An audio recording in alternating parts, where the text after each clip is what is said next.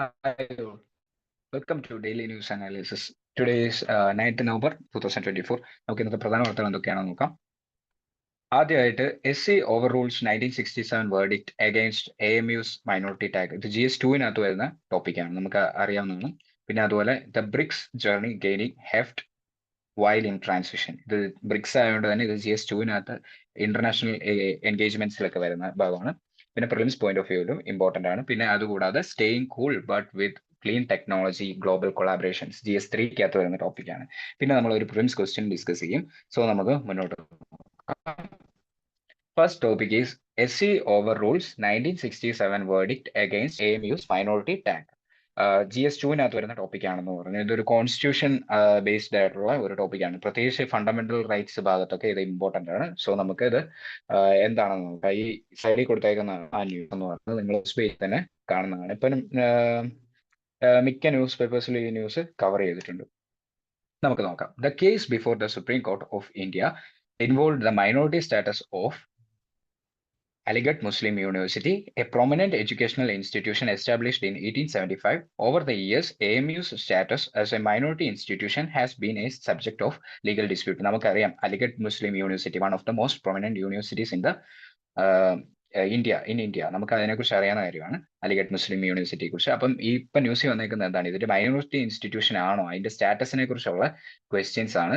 കുറെ നാളായിട്ട് അതൊരു ലീഗൽ ഡിസ്പ്യൂട്ട് ചെയ്തിരിക്കുന്നതാണ്. സോ നമുക്കിപ്പം സുപ്രീം കോടതിയുടെ പുതിയ വിധി ഉണ്ടായിരുന്നു. അപ്പം ഇതിനെ ഒരു മൈനോറിറ്റി ഇൻസ്റ്റിറ്റ്യൂഷൻ ആയിട്ട് കണക്കാക്കാം. അലിഗഡ് മുസ്ലിം യൂണിവേഴ്സിറ്റി ഒരു മൈനോറിറ്റി ഇൻസ്റ്റിറ്റ്യൂഷൻ ആയിട്ട് കണക്കാക്കാവുന്ന ഒരു സുപ്രീം കോടതി വിധി ഇന്നലെ ഉണ്ടായി. അപ്പൊ അതിനെക്കുറിച്ചാണ് ഈ ന്യൂസ് പരാമർശിക്കുന്നത്. ഓക്കെ, ഇതിന്റെ ഒരു ബാക്ക്ഗ്രൗണ്ട് നമുക്ക് നോക്കാം. In 1981 the AMU Amendment Act, അതായത് Aligarh Muslim university amendment act passed by parliament it as an institution established by a Muslim minority community. അപ്പം ഒരു ആക്ട് നമ്മുടെ പാർലമെന്റ് 1981 പാസ്സാക്കുകയുണ്ടായി. എന്താ അതെന്ന് വെച്ച് കഴിഞ്ഞാൽ ആക്ട് പറയുന്നത് യൂണിവേഴ്സിറ്റിയുടെ മൈനോറിറ്റി സ്റ്റാറ്റസ് റിസ്റ്റോർ ചെയ്യുന്നതുമായിട്ട് ബന്ധപ്പെട്ടാണ്. Acknowledging it as an institution established by a Muslim minority community. അതിനെ റീസ്റ്റോർ ചെയ്യുന്ന വിധത്തിലാണ് ആക്ടിൽ പരാമർശം ഉണ്ടായത്. However, in 2006, the Allahabad High Court struck down the 1981 law. ഈ 1981 നിയമം, അതായത് അലിഗഡ് മുസ്ലിം യൂണിവേഴ്സിറ്റിക്ക് ഒരു മൈനോറിറ്റി സ്റ്റാറ്റസ് കൊടുത്തുകൊണ്ടുള്ള നിയമം 2006 അലഹാബാദ് ഹൈക്കോടതി സ്ട്രക്ക് ഡൗൺ ചെയ്തു, അതെടുത്ത് കളഞ്ഞു. Declaring that AMU could not claim minority status. അതായത് അലിഗഡ് മുസ്ലിം യൂണിവേഴ്സിറ്റിക്ക് ഒരു മൈനോറിറ്റി സ്റ്റാറ്റസ് ക്ലെയിം ചെയ്യാൻ പാടില്ല അല്ലെങ്കിൽ പറ്റത്തില്ല എന്നാണ് അലഹാബാദ് ഹൈക്കോടതി പറഞ്ഞത്. As it was a central university established by an act of parliament. ഇതൊരു സെൻട്രൽ യൂണിവേഴ്സിറ്റിയാണ്, ആക്ട് ഓഫ് പാർലമെന്റ് വഴിയാണ് അല്ലെങ്കിൽ പാർലമെന്ററി ഒരു ആക്ട് വഴിയാണ്, ഒരു സ്റ്റാറ്റ്യൂട്ട് വഴിയാണ് ഇത് എസ്റ്റാബ്ലിഷ് ചെയ്തേക്കുന്നത്. സോ ഇതിനെ നമുക്കൊരു മൈനോറിറ്റി സ്റ്റാറ്റസ് വെച്ച് കണക്കാക്കാൻ സാധിക്കില്ല എന്നാണ് നമ്മുടെ അലഹാബാദ് ഹൈക്കോർട്ടിന്റെ 2006 വേർഡിക്റ്റിൽ പറഞ്ഞിട്ടുണ്ടായിരുന്നു. സോ അത് കഴിഞ്ഞിട്ട് കുറെ നാളായിട്ട് ഇതൊരു ഡിസ്പ്യൂട്ട് ആയിട്ട് നിൽക്കുമായിരുന്നു. എന്താ ഇതിനെ മൈനോറിറ്റി സ്റ്റാറ്റസ് കൊടുക്കണം, ആ രീതിക്ക് കുറെ നാളായിട്ടൊരു ചർച്ചകളൊക്കെ ഉണ്ടായിരുന്നു. The matter was subsequently referred to the Supreme Court in 2019. 2019 ഈ കാര്യം എടുത്ത് സുപ്രീം കോടതി ചർച്ചയ്ക്ക് വെച്ചു, അല്ലെങ്കിൽ ഈ മാറ്റർ സുപ്രീം കോടതി എടുത്തു. വിത്ത് എ 7-judge ബെഞ്ചിലേക്ക് ഇത് കൊടുത്തു, tasked with deciding the issue. At the heart of the case was whether educational institutions established by minority communities such as AMU could retain their minority status even if they were recognized or governed by statutes. അപ്പം എന്താ നമ്മുടെ ഇപ്പൊ supreme കോടതി വിധി വന്നേക്കുന്നത് എന്താ? AMUവിന് ഒരു minority status കൊടുക്കാമെന്ന രീതിക്കാണ് വന്നിരിക്കുന്നത്. Especially in the context of article 31 of the Indian constitution. എന്തിന്റെ പ്രകാരമായി ഇപ്പൊ പറയുന്നത്? Article 31, it's a fundamental right. This article protects the right of religious and linguistic minorities to establish and administer educational institutions of their choice without discrimination. അപ്പൊ എന്താ ഈ ആർട്ടിക്കിളിൽ പറയുന്ന? Article 31 നമുക്ക് അറിയാവുന്നതാണ്, ഫണ്ടമെന്റൽ റൈറ്റ്സിലെ പ്രധാനപ്പെട്ട ഒരു ആർട്ടിക്കിളാണ്. Right of religious and linguistic minorities to establish and administer educational institution of their choice without discrimination. The petitioners, who involved educational institutions like St. Stephen's College and Christian Medical College, Vellore, argued that if the Supreme Court upheld the 2006 court it would undermine the minority status of many such institutions. അപ്പം ഇതിന്റെ context പറയാവുന്നതാണ് saint Stephen's college ഉണ്ട് ഡൽഹിയിലെ, പിന്നെ അതുപോലെ Christian medical college CMC Vellore, ഇതൊക്കെ ഒരു minority status ഇപ്പൊ ഈ 2006 പ്രകാരമുള്ള സുപ്രീം കോടതിയുടെ അല്ലെങ്കിൽ 2006 ഈ ഹൈക്കോർട്ട് റൂളിംഗ് വെച്ചാണെങ്കിൽ ഈ പറയുന്ന ഇൻസ്റ്റിറ്റ്യൂഷൻസിനും അവരുടെ മൈനോറിറ്റി സ്റ്റാറ്റസ് നഷ്ടപ്പെടും, because which rely on its constitutional guarantee to preserve their cultural and educational autonomy. അപ്പം എന്താ നമുക്ക് ഈ പറയുന്ന ഇൻസ്റ്റിറ്റ്യൂഷൻസിന്റെയും ഈ മൈനോറിറ്റി സ്റ്റാറ്റസ് ഇപ്പൊ പറയുന്ന ഈ 2006 റൂളിംഗ് പ്രകാരമാണെങ്കിൽ നഷ്ടപ്പെടും. സോ അതൊക്കെ ഒരു വലിയ ഇഷ്യൂ ആയിട്ട് മാറും. സോ ഇതെല്ലാം കണക്കാക്കിയാണ് ഒരു സുപ്രീം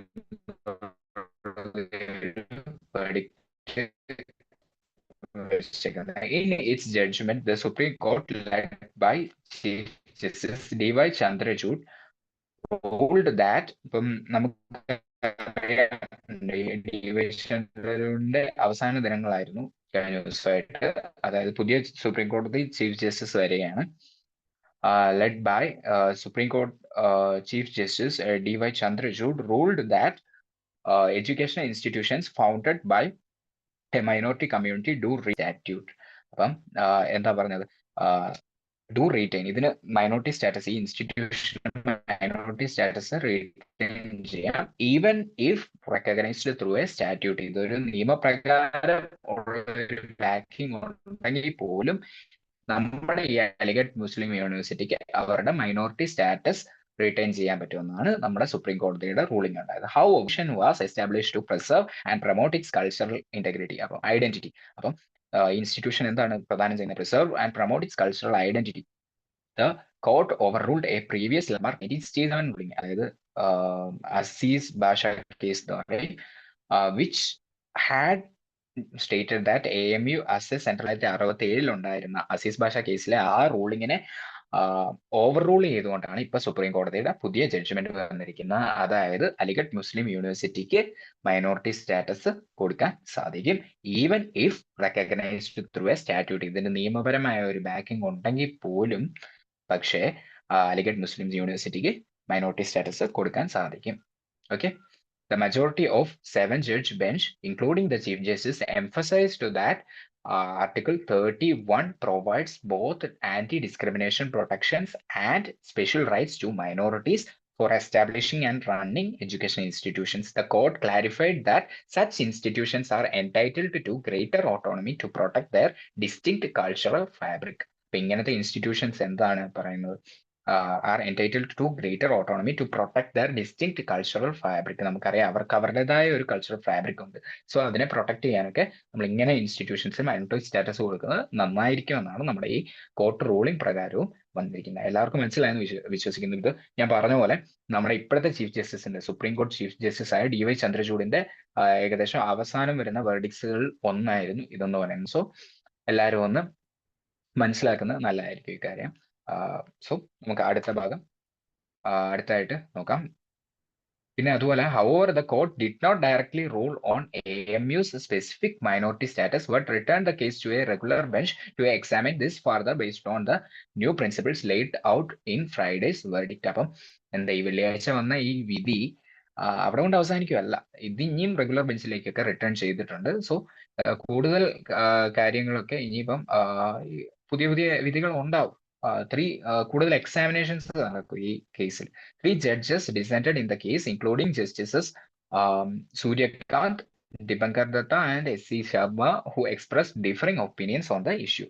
പല ജഡ്ജസിന് പല വിധത്തിലാണ് ഒപ്പീനിയൻസ് വരുന്നത്. സോ ഇത് ഇനിയും കൂടുതൽ ഈ റെഗുലർ ബെഞ്ചിലേക്കൊക്കെ പോയിട്ട് ഇനി കൂടുതൽ എക്സാമിനേഷൻസ് നടക്കും. ഓക്കെ. സോ അടുത്ത ഒരു ആർട്ടിക്കിൾ ഉണ്ടായിരുന്നു, the BRICS journey gaining 𝗵 in transition. നമുക്കറിയാം ബ്രിക്സ് എന്ന് പറഞ്ഞാൽ മേജർ ആയിട്ടുള്ള ഒരു ഇന്റർനാഷണൽ ഒരു കൊളാബറേഷൻ ആണെന്ന് നമുക്കറിയാവുന്നതാണ്. The article discusses the evolution and current state of BRICS. ബ്രിക്സിൽ ആരൊക്കെയാണ് വരുന്നത്? Brazil, Russia, India, China and South Africa. പേര് തന്നെ Brazil, Russia, I for India, C for China and S for South Africa. അപ്പൊ ഇതാണ് നമ്മൾ ഈ ആർട്ടിക്കിളിൽ ഡീൽ ചെയ്യുന്നത്. ഇത് നമുക്കറിയാം a political and economic grouping of emerging countries. അപ്പൊ ഉയർന്നു വരുന്ന ഈ രാജ്യങ്ങളുടെ ഒരു പൊളിറ്റിക്കൽ ആൻഡ് എക്കണോമിക് ഗ്രൂപ്പിംഗ് ആണ് ഈ ബ്രിക്സ് എന്ന് പറയുന്നത്. With a focus on it submit. ഈ ആർട്ടിക്കിളിൽ പറയുന്നത് എന്താ, മെയിൻ ആയിട്ട് ഫോക്കസ് ചെയ്യുന്നത് എന്താ, ഈ അടുത്തിടയ്ക്ക് ഒക്ടോബർ 22, 24 സമയങ്ങളിൽ നടന്ന റഷ്യയിലുള്ള കസാനിൽ നടന്ന ബ്രിക്സ് സബ്മിറ്റിന്റെ ഒരു ബാക്കിപത്രമായിട്ടാണ് ഈ ആർട്ടിക്കിൾ വന്നിരിക്കുന്നത് ഇവിടെ. സോ വളരെ ഇമ്പോർട്ടന്റ് ആണ്. റഷ്യയിലാണ് ഈ കസാൻ എന്ന് പറയുന്ന സ്ഥലം. മാപ്പിങ്ങിലൊക്കെ നമുക്ക് ഒരു പഠിച്ചു വെക്കാവുന്ന കാര്യമാണ്. ഇനിഷ്യലി ഫോംഡ് ബൈ ബ്രസീൽ, പ്രിൻസിം മാപ്പിംഗ് ആണ് ഉദ്ദേശിച്ചത്. കസാൻ എന്ന് പറയുന്ന റീജിയൻ നമ്മൾ അറിഞ്ഞിരിക്കുക, ഇത് റഷ്യയിലുള്ള സ്ഥലമാണ്. അവിടെയാണ് ഇത്തവണത്തെ ബ്രിക്സ് സബ്മിറ്റ് നടന്നത്. Initially formed by Brazil, Russia, India and China in 2009. അപ്പൊ ബ്രിക്സ് തുടങ്ങിയപ്പോൾ ആരൊക്കെ ഉള്ളായിരുന്നു? ബ്രിക്ക് മാത്രമേ ഉള്ളായിരുന്നു. ബ്രസീൽ, റഷ്യ, ഇന്ത്യ, ചൈന, ആ ഒരു 4 രാജ്യങ്ങൾ മാത്രമേ ഉള്ളായിരുന്നു 2009. പിന്നെയാണ് നമ്മുടെ സൗത്ത് ആഫ്രിക്ക ജോയിൻ ചെയ്തത്. അത് ബ്രിക്സ് ആയി മാറുന്നത്. സോ 2011 സൗത്ത് ആഫ്രിക്ക ജോയിൻ ചെയ്തത്, making it BRICS. Over the past decade, the group faced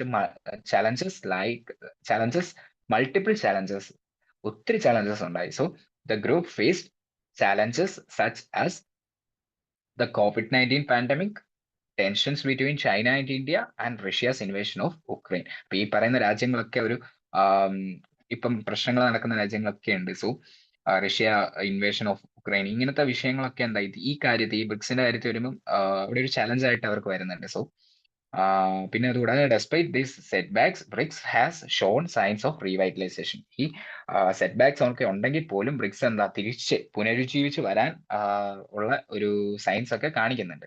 A major development was the expansion of BRICS. അപ്പൊ എന്താ ബ്രിക്സ് ഇത്തവണത്തെ സബ്മിറ്റിൽ 2023 സബ്മിറ്റില് ഇറ്റ്സ് വെരി ഇമ്പോർട്ടന്റ്. നമ്മൾ എന്താ കുറച്ചധികം മെമ്പേഴ്സിനെ കൂടെ നമ്മൾ ആഡ് ചെയ്തു ബ്രിക്സ് എക്സ്പാൻഡ് ചെയ്യുന്നതിലേക്ക്. ആരൊക്കെയാ ഇതിനകത്തേക്ക് കൂടിച്ചേർന്നത്? Saudi Arabia, UAE, Iran, Egypt, Ethiopia, ഈ തുടങ്ങിയ 5 രാജ്യങ്ങൾ എന്താ ഈ ബ്രിക്സിലേക്ക് വന്നു ചേർന്നു.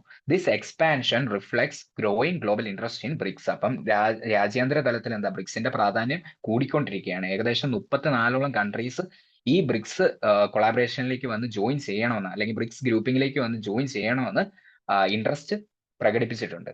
As of 2024, BRICS is transitioning from a group of emerging economies to a broader platform for emerging markets and developing countries. അപ്പൊ എന്താ ഒരു ട്രാൻസിഷനാണ് നമ്മൾ കണ്ടുകൊണ്ടിരിക്കുന്നത് ഈ 2024 ആയപ്പം. ആദ്യം എന്തായിരുന്നു? It's A group of emerging economies ആയിരുന്നു, ഉയർന്നു വന്ന എക്കണോമീസ് ആയിരുന്നു. പിന്നെ എന്താ ഇപ്പോൾ ട്രാൻസ്ഫോം ചെയ്തിട്ട് ഇപ്പോൾ ഒരു എമർജിംഗ് മാർക്കറ്റ്സ് ആൻഡ് ഡെവലപ്പിംഗ് കൺട്രീസിന്റെ ഒരു ബ്രോഡർ പ്ലാറ്റ്ഫോമിലേക്ക് അത് മാറുന്നുണ്ട്. Aiming to reform the current world order, not replace it. അതിനെ റീപ്ലേസ് ചെയ്യാനല്ല, കറന്റ് വേൾഡ് ഓർഡറിനെ ഒന്ന് റിഫോം ചെയ്യുക. ആ ഒരു ഉദ്ദേശത്തോടെയാണ് ബ്രിക്സിന്റെ ഈ പറയുന്ന എക്സ്പാൻഷനും പിന്നെ അതുപോലെ ഈ EMDC എന്ന ഒരു ഷിഫ്റ്റും ആ ഒരു പ്ലാറ്റ്ഫോമിലേക്കുള്ള, അല്ലെങ്കിൽ ആ ഒരു ബ്രോഡർ ആയിട്ടുള്ള ഒരു ഫ്രെയിം വർക്കിലേക്കുള്ള ഒരു ഷിഫ്റ്റ് ഒക്കെ കാണാൻ സാധിക്കുന്നത്. ഇനി കസാൻ സബ്മിറ്റിൽ എന്തൊക്കെയാണ് നമ്മുടെ ബ്രിക്സിലുണ്ടായ പ്രയോറിറ്റീസ്, ബ്രിക്സിന്റെ കീ പ്രയോറിറ്റീസ് എന്തൊക്കെയാണ് ഡിസ്കസ് ചെയ്തതെന്ന് നമുക്ക് നോക്കാം. First of all political and security corporation ആയിരുന്നു ആദ്യത്തേത്. അപ്പം നമുക്കറിയാം വെസ്റ്റ് ഏഷ്യയിലൊക്കെ എന്താ വളരെയധികം കോൺഫ്ലിക്റ്റ് നടക്കുന്ന സമയമാണ്, especially the case of Israel Hamas conflict. അപ്പം ഇസ്രായേലിനെയൊക്കെ ക്രിട്ടിസൈസ് ചെയ്യുകയുണ്ടായി ഈ പറയുന്ന കസാൻ സബ്മിറ്റിൽ. ഇസ്രായേലിന്റെ ആക്ഷൻസിനെ ക്രിട്ടിസൈസ് ചെയ്തു without addressing the Hamas attacks. Hamas അറ്റാക്സിനെ അവിടെ അഡ്രസ് ഒന്നും ചെയ്തില്ല. പിന്നെ കൂടാതെ അപ്പൊ ഉക്രൈനിൽ എന്താ ഒരു പീസ് വരണം, ആ രീതിക്കുള്ള കുറച്ച് കോൾസ് ഒക്കെ അവിടെ ഉണ്ടായിരുന്നു. But remind silent on specific actions against Russia. അപ്പം ബ്രിക്സിൽ ആരുണ്ട്? റഷ്യയും കൂടെ ഉണ്ട്. So it remind silent on specific actions against Russia. പിന്നെ അത് കഴിഞ്ഞിട്ട് എക്കണോമിക് ആൻഡ് ഫിനാൻഷ്യൽ കോപ്പറേഷൻ അടുത്തത് പറയാൻ പറ്റുന്നതാണ്. Use of local currencies in transactions with BRICS nations was promoted. അപ്പം ഇനി ട്രാൻസാക്ഷൻസ് ഒക്കെ നടക്കുമ്പോൾ ഈ ബ്രിക്സ് നേഷൻസ് തമ്മിൽ ട്രാൻസാക്ഷൻസ് നടക്കുമ്പോൾ ലോക്കൽ കറൻസി ഒക്കെ യൂസ് ചെയ്യാം, അതിന്റെ പ്രൊമോഷൻസ് ഒക്കെ നടന്നിരുന്നു. With efforts to enhance the new development bank. നമുക്കറിയാം NDB, ന്യൂ ഡെവലപ്മെന്റ് ബാങ്ക് നമ്മുടെ ബ്രിക്സിന്റെ ബാക്കിപത്രമായിട്ട് വരുന്നതാണ്. Though challenges remain regarding its fundings and expansion. അപ്പം ന്യൂ ഡെവലപ്മെന്റ് ബാങ്കിന്റെ ഫണ്ടിങ്സും എക്സ്പാൻഷൻ ഒക്കെ സ്റ്റിൽ ചാലഞ്ചിലാണ്, പക്ഷെ അതിന്റെ പ്രാധാന്യം അർഹിക്കുന്നുണ്ട്, അതിൻ്റെതായ പ്രാധാന്യം NDBക്ക്. പിന്നെ people to people cooperation discuss ചെയ്തു. Strengthening cultural exchanges and collaborative initiatives across various sectors. പിന്നെ The summit also introduced the partner state category. അപ്പോൾ പുതിയൊരു കാറ്റഗറി ഇൻട്രൊഡ്യൂസ് ചെയ്തു, പാർട്ണർ സ്റ്റേറ്റ് എന്ന് പറയും. ഇൻവൈറ്റിംഗ് 13 ന്യൂ കൺട്രീസ്, പുതിയ കൺട്രീസിനെയും കൂടെ 13 കൺട്രീസിനെയും കൂടെ ഇൻവൈറ്റ് ചെയ്തു പാർട്ണർ സ്റ്റേറ്റ് ആയിട്ട് ആ ഒരു കാറ്റഗറി ഇൻട്രൊഡ്യൂസ് ചെയ്തു. അതിൽ പറയുന്ന രാജ്യങ്ങൾ ക്യൂബ, ബെലാറസ്, ഇന്തോനേഷ്യ, പിന്നെ കുറെ രാജ്യങ്ങൾ ആഫ്രിക്കയിൽ നിന്നുണ്ട്, ഏഷ്യയിൽ നിന്നുണ്ട്, സെൻട്രൽ ഏഷ്യയിൽ നിന്നുണ്ട്.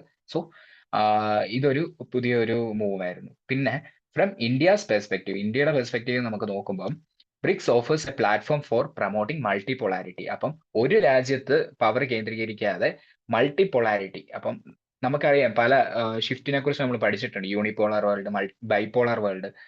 അതുപോലെയാണ് ഇപ്പൊ എന്താ നമ്മൾ കൂടുതലും ഫോക്കസ് ചെയ്യുന്നത്, multipolarity. So BRICS offers a platform for promoting multipolarity, advancing the global south interest. നമുക്കറിയാം ഗ്ലോബൽ സൗത്ത് എന്ന് പറയുന്ന ഒരു കോൺസെപ്റ്റിനെ കുറിച്ച് അറിയാം. സദേൺ കൺട്രീസ് മാത്രമല്ല, സദേൺ ഹെമിസ്ഫിയറിലുള്ള കൺട്രീസ് മാത്രമല്ല, ഡെവലപ്പിംഗ് ആയിട്ടുള്ള ആ ഒരു ഗ്ലോബൽ സൗത്ത് എന്ന് പറയുന്ന കുറച്ചധികം കൺട്രീസിനെ കുറിച്ച് നമ്മൾ IR-ലൊക്കെ പഠിക്കുന്നതാണ്. സോ അതിന്റെ ഇൻട്രസ്റ്റ് അഡ്വാൻസ് ചെയ്യാനും and improving relations with Russia ആയിട്ടുള്ള റിലേഷൻസ് ഇംപ്രൂവ് ചെയ്യാനും ഒക്കെ ഇത് സഹായിക്കുന്നുണ്ട്. നമുക്ക് നിസ്സാരമായിട്ട് പറഞ്ഞ ക്വാഡിന്റെ ഒക്കെ ഒരു US ആയിട്ട് നമ്മൾ അവിടെ സപ്പോർട്ട് ചെയ്തു പോകും, അല്ലെങ്കിൽ US ആയിട്ട് കൊളാബറേറ്റ് ചെയ്യുമ്പോൾ ഇവിടെ നമുക്ക് എന്തുണ്ട്, ബ്രിക്സ് പോലുള്ള ഫ്രെയിം വർക്ക്സ് ഉണ്ട്. ഓക്കെ, ചൈനയായിട്ടും റഷ്യ ആയിട്ടൊക്കെ കൊളാബറേറ്റ് ചെയ്ത് ബ്രിക്സ് പോലത്തെ ഫ്രെയിം വർക്ക്സ് നമുക്കുണ്ട്. India's active participation reflects is broader geo political strategy of bridging divides between the global north and global south. അപ്പം ഇതെന്താ, നമുക്കൊരു ഗ്ലോബൽ നോർത്തും ഗ്ലോബൽ സൗത്തും തമ്മിലുള്ള ബ്രിഡ്ജിംഗ് ആയിട്ടൊക്കെ നമുക്ക് ഇന്ത്യയുടെ ഈ ആക്റ്റീവ് പാർട്ടിസിപ്പേഷനെ നമുക്ക് കാണാൻ പറ്റുന്നതാണ്. In summary, BRICS has transitioned from a group of large emerging economies to a wider platform for developing countries focused on reforming global institutions, fostering economic cooperation, and promoting peace and security. The expansion and the creation of the partner state category signal its increasing global influence. അപ്പൊ major ആയിട്ട് ഇതിൽ നിന്ന് കിട്ടിയ take aways എന്തൊക്കെയാ? ഇപ്പൊ BRICS transition നടന്നുകൊണ്ടിരിക്കുകയാണ്. ബ്രിക്സിൽ നമുക്ക് കാണാൻ സാധിക്കുന്നത് A group of large emerging economies എന്ന നിലയിൽ നിന്ന് ഒരു വൈഡർ പ്ലാറ്റ്ഫോമിലേക്ക് ഇത് പോയിക്കൊണ്ടിരിക്കുകയാണ് four developing countries focused on reforming global institutions. നമുക്കറിയാം UNSCയുടെ ഒക്കെ കാര്യം നമുക്കറിയാവുന്നതാണ്. ഇതിനെ റിഫോം ചെയ്ത് ഇന്ത്യക്ക് പെർമനന്റ് മെമ്പർഷിപ്പ് കൊടുക്കണമെന്നുള്ള വാദങ്ങളെ കുറിച്ച് നമ്മൾ ഒക്കെ അറിയാവുന്നതാണ്. ഫോസ്റ്ററിങ് എക്കണോമിക് കോപ്പറേഷൻ, പിന്നെ അതുപോലെ promoting piece and security. Especially നമുക്ക് പറയാൻ പറ്റുന്നത് ഇതിനകത്ത് ഒരു ഹൈലൈറ്റ് ആയിട്ട് creation of partner state category, അതൊരു ഗ്ലോബൽ ഇൻഫ്ലുവൻസ് ഉണ്ടാക്കുന്നതിന്റെ ഒരു സിഗ്നൽ ആയിട്ട് നമുക്ക് കാണാൻ സാധിക്കും. പിന്നെ അടുത്തൊരു എഡിറ്റോറിയൽ പേജിൽ ഒരു ആർട്ടിക്കിൾ ഉണ്ടായിരുന്നു, staying cool but with clean tech global collaborations. അപ്പൊ നമുക്കറിയാം ക്ലീൻ ടെക്നോളജീസ് ഒക്കെ നമ്മൾ സസ്റ്റൈനബിൾ എനർജി ഭാഗത്ത് നമ്മൾ ഉപയോഗിക്കുന്നതാണ്. അപ്പൊ ഇത് GS3 എൻവയോൺമെന്റ് ഭാഗത്തൊക്കെ ഇമ്പോർട്ടന്റ് ആയിട്ട് വരുന്ന ഒരു ആർട്ടിക്കിൾ ആയിരുന്നു. The article discusses the growing global demand for cooling solutions in response to rising temperatures. ലോകമാകെ ചൂട് കൂടിക്കൊണ്ടിരിക്കുകയാണ്. അപ്പൊ എന്താ, ഡിമാൻഡ് കൂടിക്കൊണ്ടിരിക്കുക. തണുപ്പിക്കാനുള്ള ഡിവൈസസിന്റെ കൂളിംഗ് സൊല്യൂഷൻസ് ഒക്കെ അതിന്റെ ഗ്ലോബൽ ഡിമാൻഡ് കൂടിക്കൊണ്ടിരിക്കുകയാണ്. പിന്നെ അതുപോലെ and the urgent need for technologies എന്തായിരിക്കണം, കൂളിംഗ് ടെക്നോളജീസ് ഒക്കെ ക്ലീൻ ആയിരിക്കണം, എനർജി എഫിഷ്യൻസി ആയിരിക്കണം, to address the climate crisis particularly in vulnerable regions. അപ്പൊ ഇതിൽ നിന്ന് എടുക്കാൻ പറ്റുന്ന കീ പോയിന്റ്സ് എന്തൊക്കെയാണെന്ന് നോക്കാം. First of all, Quad nations commitment. On September 21, 2024, the Quad, America, India, Japan and US, ഈ 4 രാജ്യങ്ങളുടെ കൊളാബറേഷനെ കുറിച്ച് നമുക്കറിയാം. ക്വാഡ് എന്ന് പറയുന്ന ഗ്രൂപ്പിങ്ങിനെ കുറിച്ച് ഇഷ്യൂഡ് ദ വിൽമിംഗ്ടൺ ഡിക്ലറേഷൻ. അപ്പൊ ക്വാഡ് 2024 മീറ്റിംഗ് കൂടിയപ്പോഴത്തേനും ഒരു ഡിക്ലറേഷൻ പുറപ്പെടുവിച്ചു. വിൽമിംഗ്ടൺ ഡിക്ലറേഷൻ എന്ന് പറയും, committing to sustainable cooling solutions. അപ്പൊ ഇതിന്റെ മെയിൻ ആയിട്ടുള്ള ഉദ്ദേശം എന്തായിരുന്നു, ഒരു സസ്റ്റൈനബിൾ കൂളിംഗ് സൊല്യൂഷൻസ് കൊണ്ടുവരിക എന്ന രീതിക്കായിരുന്നു ഈ വിൽമിംഗ്ടൺ ഡിക്ലറേഷൻ കൊണ്ടുവന്നത്. അപ്പം ക്വാഡിന്റെ കീഴിലാണ് ഈ വിൽമിംഗ്ടൺ ഡിക്ലറേഷൻ എന്ന് ഓർത്ത് വെക്കുക. പ്രിലിംസ് പോയിന്റ് ഓഫ് വ്യൂവിലും ഇത് ഇമ്പോർട്ടന്റ് ആണ്. This includes focusing on high efficiency cooling systems and clean energy infrastructure to reduce climate impacts particularly in climate vulnerable regions. അപ്പം ഇങ്ങനെയുള്ള ക്ലൈമറ്റ് വൾണറബിൾ റീജിയൻസിലൊക്കെ ഫോക്കസ് ചെയ്തുകൊണ്ട്, അല്ലെങ്കിൽ നമ്മുടെ ക്ലൈമറ്റ് ഇമ്പാക്ട്സ് കുറയ്ക്കാൻ വേണ്ടി ക്ലീൻ ആയിട്ടുള്ള ക്ലീൻ എനർജി ഇൻഫ്രാസ്ട്രക്ചറും അതുപോലെ ഹൈ എഫിഷ്യൻസി കൂളിംഗ് സിസ്റ്റംസും കൊണ്ടുവരാനുള്ള ഫോക്കസിലാണ് ഈ പറയുന്ന വിൽമിംഗ്ടൺ ഡിക്ലറേഷനൊക്കെ രൂപം കൊണ്ടത്. അടുത്തതായിട്ട് കൂളിംഗ് റിലേറ്റഡ് എമിഷൻസ്. നമുക്കറിയാം മോൺട്രിയൽ പ്രോട്ടോകോളിലെ കിഗാലി അമെന്റ്മെന്റിനെ കുറിച്ച് നമ്മൾ കേട്ടിട്ടുണ്ട്. കിഗാലി വെച്ച് നടന്ന ആ സബ്മിറ്റിൽ ഒരു അമെന്റ്മെന്റ് എന്തായിരുന്നു മെയിൻ ഉദ്ദേശം എന്ന് പറഞ്ഞാൽ നമ്മുടെ ഹൈഡ്രോഫ്ലൂറോ കാർബൺസ് HFCs എന്ന് പറയും, ഇതിന്റെ എമിഷൻസ് റെഡ്യൂസ് ചെയ്തുകൊണ്ട് വരാൻ അല്ലെങ്കിൽ കുറയ്ക്കാൻ വേണ്ടി ആയിരുന്നു ഈ മോൺട്രിയൽ പ്രോട്ടോകോളിലെ കിഗാലി അമെന്റ്മെന്റ് കൊണ്ടുവന്നത്. നമ്മൾ എൻവയോൺമെന്റ് പഠിക്കുന്നതാണ്. സോ HFCs എന്ന് പറഞ്ഞാൽ ഇത് ഗ്രീൻ ഹൗസ് ഗ്യാസ് തന്നെയാണ്, ഹൈഡ്രോഫ്ലൂറോ കാർബൺസ്. നമ്മൾ മറ്റേ ക്ലോറോഫ്ലൂറോ കാർബൺസ് CFCs കുറിച്ച് കേട്ടിട്ടുണ്ട്, നമ്മുടെ ഈ റെഫ്രിജറേറ്ററി എന്നൊക്കെ പുറപ്പെടു ചെയ്യുന്ന. പക്ഷെ HFCs ഒക്കെ എന്താ മെയിനായിട്ട് കൂളിംഗ് അപ്ലയൻസസിൽ നിന്നെല്ലാം റിലീസ് ചെയ്യുന്ന ഒരു ഗ്രീൻ ഹൗസ് ഗ്യാസ് ആണ് ഈ HFCs എന്ന് പറയുന്നത്. അപ്പം ഇത് കുറച്ച് കൊണ്ടുവന്നാലേ നമുക്ക് എന്ത് ചെയ്യാൻ പറ്റുള്ളൂ, നമുക്കൊരു ക്ലൈമറ്റ് ഇമ്പാക്റ്റ് നമ്മുടെ ഈ ക്ലൈമറ്റ് ഇമ്പാക്ട് ഓഫ് കൂളിംഗ് അത് നമുക്ക് കുറച്ച് കൊണ്ടുവരാൻ പറ്റുള്ളൂ, നെഗറ്റീവ് ആയിട്ടുള്ള impacts. Okay, more efficient cooling systems can cut electricity consumption. അപ്പം നല്ല എനർജി എഫിഷ്യന്റ് ആയിട്ടുള്ള കൂളിംഗ് സിസ്റ്റംസ് ഒക്കെ കൊണ്ടുവന്നാൽ എന്താ, നമുക്ക് കറണ്ട് വൈദ്യുതി ഒക്കെ കുറയ്ക്കാൻ പറ്റും, ഇലക്ട്രിസിറ്റി കൺസപ്ഷൻസ് ഒക്കെ നമുക്ക് കുറച്ചു കൊണ്ടുവരാൻ പറ്റും. And reduce greenhouse gas emissions, അതുവഴി ഗ്രീൻ ഹൗസ് ഗ്യാസ് എമിഷൻസ് നമുക്ക് കുറച്ചു കൊണ്ടുവരാൻ പറ്റും. But many countries still lack strong energy efficiency standards. പല രാജ്യങ്ങൾക്കും സ്ട്രോങ് ആയിട്ടുള്ള എനർജി എഫിഷ്യൻസി സ്റ്റാൻഡേർഡ്സ് ഇല്ല. ഇതെന്തിലേക്ക് നയിക്കും, ഇൻഎഫിഷ്യന്റ് ആയിട്ടുള്ള കൂളിംഗ് അപ്ലയൻസസ് കൂടുന്നതിലേക്ക് നയിക്കും. ഓക്കെ, അടുത്തതായിട്ട് ഇന്ത്യയുടെ ലീഡർഷിപ്പ് പ്രധാനമാണെന്ന് നമുക്കറിയാം. ഇന്ത്യ എന്ന് പറയുന്നത് ഈ കാലാവസ്ഥാ തലത്തില് മോസ്റ്റ് ക്ലൈമറ്റ് വൾണറബിൾ കൺട്രീസിന്റെ ലിസ്റ്റിൽ പെട്ട ഒരു രാജ്യം കൂടെയാണ്, അല്ലെങ്കിൽ one of the most climate vulnerable കൺട്രീസിൽ ഒന്നാണ് നമ്മുടെ ഇന്ത്യ എന്ന് പറയുന്നത്. Is facing extreme heat waves and rising demand for cooling. നമുക്കറിയാം അടുത്തിടയ്ക്കായിട്ട് മഹാരാഷ്ട്ര ഉൾപ്പെടുന്ന സ്ഥലങ്ങളിൽ ഹീറ്റ് വേവ്സ് ഒക്കെ ഉണ്ടായതിനെ കുറിച്ചൊക്കെ നമ്മൾ കേട്ടിട്ടുണ്ട്. സോ ആളുകളുടെ ഡിമാൻഡും കൂടും കൂളിംഗ് ഡിവൈസസ് വാങ്ങാനും ഒക്കെ ആയിട്ട്. അപ്പൊ 2050 ഇന്ത്യയിൽ ഏകദേശം ലോകത്തിലെ തന്നെ ഏറ്റവും വലിയ കൂളിംഗ് ഡിമാൻഡ് ഉള്ള നേഷൻസിൽ ഒന്നാവും ഇന്ത്യ എന്നാണ് പറയുന്നത്.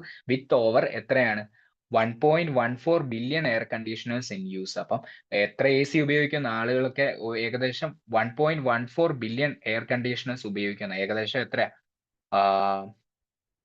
ഒരു ബില്യൺ എന്ന് പറഞ്ഞാൽ നമുക്ക് അറിയാവുന്ന കാര്യമാണ്. അപ്പം 1.14 ബില്യൺ എയർ കണ്ടീഷണേഴ്സ് ഉപയോഗിക്കും എന്നാണ് പറയുന്നത്. ഓക്കെ, അപ്പൊ ഏകദേശം എത്ര 1.25 കോടി അടുത്ത് എയർ കണ്ടീഷണേഴ്സ് ഇന്ത്യയിൽ വരുമെന്നാണ് ഇതിനകത്ത് പറയുന്നത്. India is committed to the Kigali amendment. അപ്പൊ ഇന്ത്യ കിഗാലി അമെന്റ്മെന്റുമായിട്ട് ആ കമ്മിറ്റ്മെന്റ്സിനോട് ചേർന്ന് പോകുന്ന ഒരു രാജ്യമാണ്. ഇന്ത്യയുടെ ഒരു എയിം എന്ന് പറഞ്ഞാൽ 85% HFC 2047 അതായത് നമ്മുടെ സ്വാതന്ത്ര്യത്തിന്റെ 100ാം വർഷം ആകുമ്പോഴത്തേനും നമ്മൾക്ക് ഒരു ഡെവലപ്ഡ് രാജ്യമാകണമെന്നൊക്കെ നമ്മുടെ ലക്ഷ്യത്തിനെ കുറിച്ച് നമുക്കറിയാം. അതിന്റെ കൂടെ HFCസിന്റെ എമിഷൻസ് 85% കുറച്ചു വരണമെന്നാണ് നമ്മുടെ ഇന്ത്യയുടെ ടാർഗറ്റ് എന്ന് പറയുന്നത്. And has implemented the India cooling action plan. അപ്പൊ ഇന്ത്യ കൂളിംഗ് ആക്ഷൻ പ്ലാൻ ഒക്കെ നമ്മുടെ ഇന്ത്യ ഇംപ്ലിമെന്റ് ചെയ്തിട്ടുണ്ട്, which targets reducing cooling demand by 20 to 25%, energy consumption by 25 to 40%, transitioning to low global warming potential refrigerants. അപ്പൊ ഇത്തരം കാര്യങ്ങൾ ചെയ്യാൻ ഉദ്ദേശിച്ചിട്ടുണ്ട്. ആ figures important അല്ലെങ്കിലും നിങ്ങൾ ഈ കാര്യങ്ങൾ മനസ്സിലാക്കുക. അതായത് കൂളിംഗ് ഡിമാൻഡിന്റെ ഏകദേശം 25% വരെ കുറച്ചു കൊണ്ടുവരാനും, പിന്നെ അതുപോലെ എനർജി കൺസംഷൻ 25 മുതൽ 40% വരെ കുറച്ചു കൊണ്ടുവരാനും ശ്രമിക്കുന്നുണ്ട് ഇന്ത്യ. അതാണ് ഇന്ത്യയുടെ ടാർഗറ്റ് എന്ന് പറയുന്നത്. ഇന്ത്യ കൂളിംഗ് ആക്ഷൻ പ്ലാൻ എന്ന് പറയുന്നതിന്റെ ടാർഗറ്റ് എന്ന് പറയുന്നത്. And transitioning to low global warming potential refrigerants. അപ്പൊ ഗ്ലോബൽ വാർമിംഗ് എമിറ്റ് ചെയ്യാത്ത അല്ലെങ്കിൽ ആ ഒരു പൊട്ടൻഷ്യൽ കുറഞ്ഞ റെഫ്രിജറൻസിലേക്ക് മാറാനൊക്കെ ഇന്ത്യ ശ്രമിക്കുന്നുണ്ട്. മിഷൻ മോഡ് അപ്രോച്ച് ആണ് അടുത്ത ഒരു കാര്യം ഇത് ഡിസ്കസ് ചെയ്യുന്നത്. To address these challenges India advocates a national mission for sustainable cooling. അപ്പൊ ഒരു സസ്റ്റൈനബിൾ കൂളിംഗിന്റെ ഒരു നാഷണൽ മിഷൻ അതാണ് നമ്മുടെ ഇന്ത്യ അഡ്വക്കേറ്റ് ചെയ്യുന്നതെന്ന് പറഞ്ഞാൽ. Requiring cross sector collaboration, Inter ministerial coordination and long term capacity building. അപ്പം ഇങ്ങനെ ഉള്ള കാര്യങ്ങൾ കൊണ്ടുവന്നാൽ മാത്രമേ നമുക്ക് ആ ഒരു ട്രാൻസിഷൻ നടക്കൂ. പിന്നെ അടുത്തത് വരുന്നത് ഗ്ലോബൽ ഇനിഷ്യേറ്റീവ്സ് ആണ്. നമുക്കറിയാം COP28 ദുബായിൽ നടന്ന കാര്യം നമ്മൾ അറിഞ്ഞതാണ് കഴിഞ്ഞ വർഷം. 63 രാജ്യങ്ങൾ പ്ലെഡ്ജ് ചെയ്തു ഈ കൂളിംഗ് എമിഷൻസ് കുറച്ചുകൊണ്ട് വരുന്നതിന് വേണ്ടി, ഏകദേശം 68% കുറച്ചുകൊണ്ട് വരുന്നതിന് 2050 ആകുമ്പോഴത്തേന്. അതിനെയാണ് ഒരു ഗ്ലോബൽ കൂളിംഗ് പ്ലെഡ്ജ് എന്നൊക്കെ പറയും. 2050 ആകുമ്പോഴേക്കും ഈ 68% കൂളിംഗ് എമിഷൻസ് കുറച്ചുകൊണ്ട് വരിക. ഓക്കെ, 63 രാജ്യങ്ങൾ ആ പ്ലെഡ്ജ് എടുത്തിട്ടുണ്ട്. ഈ ഇനിഷ്യേറ്റീവ് ഏകദേശം 3.5 കോടി ജനങ്ങൾക്ക് ഒരു കൂളിംഗ് ആക്സസ് കൊണ്ടുവരാനും സഹായിക്കും. ഒരു ഇൻക്ലൂസിവിറ്റിയാണ്, എല്ലാവരെയും ഉൾക്കൊള്ളിക്കുക. അത്രയും പേർക്ക് ഇപ്പം കൂളിംഗ് ആക്സസ് ചെയ്യാൻ പറ്റത്തില്ല എന്ന് പറഞ്ഞാൽ അവർ ആ ചൂടെടുത്തിരിക്കുന്ന ഒരു അവസ്ഥയിൽ നിന്ന് മാറി അത്രയും പേർക്ക് ആക്സസിബിൾ ആവും ഇത്. പിന്നെ അതുകൂടാതെ ഏകദേശം $17 ട്രില്യണോളം എനർജി കോസ്റ്റും സേവ് ചെയ്യാൻ സാധിക്കും എന്ന് പറയുന്നത്. കാരണം എന്താ, എനർജി എഫിഷ്യന്റ് ഡിവൈസസിലേക്കൊക്കെ നമ്മൾ മാറുന്ന സമയമാകുമ്പോൾ. However accelerating global plan is essential. അപ്പോൾ ഒരു ഗ്ലോബൽ പ്ലാൻ ആവശ്യം തന്നെയാണ്. Accelerating global action is essential. പിന്നെ ഇതിന്റെ മുന്നേ നിൽക്കുന്ന ചലഞ്ചസ് എന്ന് പറഞ്ഞാൽ ചലഞ്ചസ് അതിന്റെ സൊല്യൂഷൻസും ഒക്കെയാണ് ഇവിടെ പറയുന്നത്. കുറച്ചുകൂടെ അഫോർഡബിൾ ആക്കണം ഈ പറയുന്ന കൂളിംഗ് ഡിവൈസസ് ഒക്കെ. എനർജി എഫിഷ്യന്റ് കൂളിംഗ് സിസ്റ്റംസ് ഒക്കെ കാണും, അത് കുറച്ചുകൂടെ ജനങ്ങൾക്ക് അഫോർഡബിൾ ആക്കുക. പിന്നെ അതുകൂടാതെ ലോക്കൽ മാനുഫാക്ചറിങ് ഒക്കെ കൊണ്ടുവരിക. അപ്പൊ നമുക്ക് എന്താ, നമ്മുടെ ഇവിടെ ഇൻഡിജീനിയസ്ലി നമുക്ക് മാനുഫാക്ചർ ചെയ്ത് ഉപയോഗിക്കാൻ പറ്റും. പുറത്തുനിന്ന് ഇമ്പോർട്ട് ഒന്നും ചെയ്യേണ്ട ആവശ്യം വരത്തില്ല. പിന്നെ കൂടാതെ equitable access to this technology, എല്ലാവർക്കും ഇത് അഫോർഡ് ചെയ്യാനുള്ള ഒരു അല്ലെങ്കിൽ എല്ലാവരിലേക്കും ഇത് എത്തിക്കുക ഇക്വിറ്റബിൾ ആയിട്ട്. Okay, especially in developing countries. Developing ആയുള്ള രാജ്യങ്ങളിലായിരിക്കും ഇത് ആക്സസ് ചെയ്യാൻ ബുദ്ധിമുട്ട് വരിക, ഡെവലപ്പിംഗ് രാജ്യങ്ങളിൽ. പക്ഷെ അതെല്ലായിടത്തും ഇക്വിറ്റബിൾ ആയിട്ട് എത്തിക്കുക. To achieve these goals, international partnerships and commitments need to be expanded, especially as temperature rise globally. അപ്പൊ ഈ ടെമ്പറേച്ചർ കൂടുന്ന സമയത്ത് ഇതൊക്കെ നടക്കണമെങ്കിൽ എന്താണ് വേണ്ടത്, ശരിക്കും ഇന്റർനാഷണൽ പാർട്ട്ണർഷിപ്സും അതുപോലെ കമ്മിറ്റ്മെന്റ്സും ഒക്കെയാണ്. അതൊക്കെ എക്സ്പാൻഡ് ചെയ്യേണ്ട ആവശ്യമുണ്ട്. ഇന്റർനാഷണൽ പാർട്ട്ണർഷിപ്സ് ഉണ്ടാവേണ്ടതും അതുപോലെ ഈ കമ്മിറ്റ്മെന്റ്സ് ഒക്കെ എക്സ്പാൻഡ് ചെയ്യേണ്ടതൊക്കെ ആവശ്യമുണ്ട്. Okay, so in conclusion, India's proactive approach to addressing cooling challenges, particularly through its ICAP, അതായത് നമ്മൾ മുന്നേ പറഞ്ഞ ഇന്ത്യ കൂളിംഗ് ആക്ഷൻ പ്ലാൻ. അപ്പൊ ഇന്ത്യയുടെ എന്താ ഒരു പ്രൊആക്റ്റീവ് അപ്രോച്ച്, മുന്നിട്ടിറങ്ങുക ഇന്ത്യ. പിന്നെ അതുപോലെ and the quads collaborative initiatives positions it as a global leader in sustainable cooling solutions, essential for climate resilience and human well-being in a warming world. അപ്പൊ ഇങ്ങനെ ഒരു സിനേറിയോയിൽ India എന്ന് പറയുന്നത് എന്താ, ഈ സസ്റ്റൈനബിൾ കൂളിംഗ് സൊല്യൂഷൻസിലൊക്കെ ഒരു ഗ്ലോബൽ ലീഡർ ആയിട്ട് വരുവാണ്. ആളുകൾക്കൊക്കെ ഒരു പ്രൊആക്റ്റീവ് അപ്രോച്ച് എടുത്ത് മുന്നിട്ടിറങ്ങുന്ന രാജ്യമാണ്. അതിന്റെ എക്സാമ്പിൾസ് ആണ് ICAP, അതുപോലെ ക്വാഡിന്റെ കൊളാബറേറ്റീവ് ഇനിഷ്യേറ്റീവ്സും ഒക്കെ. ഓക്കെ, ഇനി നമുക്കൊരു പ്രിലിംസ് ക്വസ്റ്റ്യനും കൂടെ ഡിസ്കസ് ചെയ്ത് ഇന്ന് വന്ന ആർട്ടിക്കിളിലായിരുന്നു കേരളത്തിൽ ഇപ്പം സീപ്ലെയിൻ ഓപ്പറേഷൻസ് ഒക്കെ ലോഞ്ച് ചെയ്യാണ്. അപ്പം എന്താ, സീപ്ലെയിന്റെ കുറച്ച് ടെസ്റ്റിംഗ് ഒക്കെ ഇന്ന് നടക്കുന്നുണ്ട്. അപ്പൊ അതുമായിട്ട് ബന്ധപ്പെട്ട ഒരു ആർട്ടിക്കിൾ ആയിരുന്നു. അതിൽ നിന്ന് വന്ന ഒരു ക്വസ്റ്റ്യൻ ആണ്, നമുക്ക് എന്താണെന്ന് നോക്കാം. Which ministry issues guidelines for seaplane operations? Option A ministry of road transports and highways. Option B ministry of ports shipping and waterways. Ministry of civil aviation. Ministry of defence. അപ്പം option A, B, C, D ഇതിൽ ഏതാണെന്ന് നിങ്ങൾ എല്ലാവരും comment ബോക്സിൽ comment ചെയ്യുക. നിങ്ങൾക്ക് ഇന്നത്തെ article കണ്ടിട്ടുണ്ടെങ്കിൽ മനസ്സിലാവും. സോ എന്തെങ്കിലും ഡൗട്ട്സ് ഉണ്ടെങ്കിൽ എല്ലാവരും കമന്റ് ബോക്സിൽ ചോദിക്കുക. എല്ലാവർക്കും മനസ്സിലായെന്ന് വിശ്വസിക്കുന്നു. So happy learning. Thank you.